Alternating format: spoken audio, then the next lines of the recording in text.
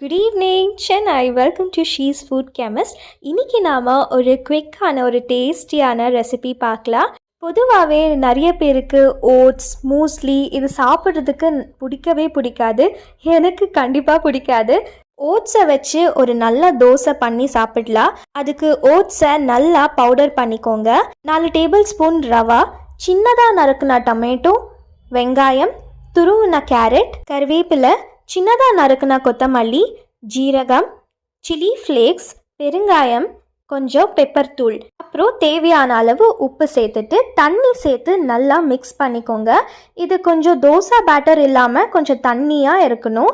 தோசைக்கல் நல்லா சூடான அப்புறமா இதை தண்ணி மாதிரி நீங்கள் இந்த மாதிரி தோசை மாதிரி போட்டுக்கோங்க. எண்ணெய் இல்லைன்னா நெய் போட்டுட்டு ரோஸ்ட் மாதிரி சுட்டுக்கோங்க. இதை நீங்கள் அப்படியே சாப்பிடலாம், இல்லைனா சட்னி கூட சாப்பிடலாம். நீங்களும் கண்டிப்பாக செஞ்சு பாருங்கள். இதே மாதிரி இன்ட்ரெஸ்டிங் வீடியோஸ்க்கு சப்ஸ்கிரைப்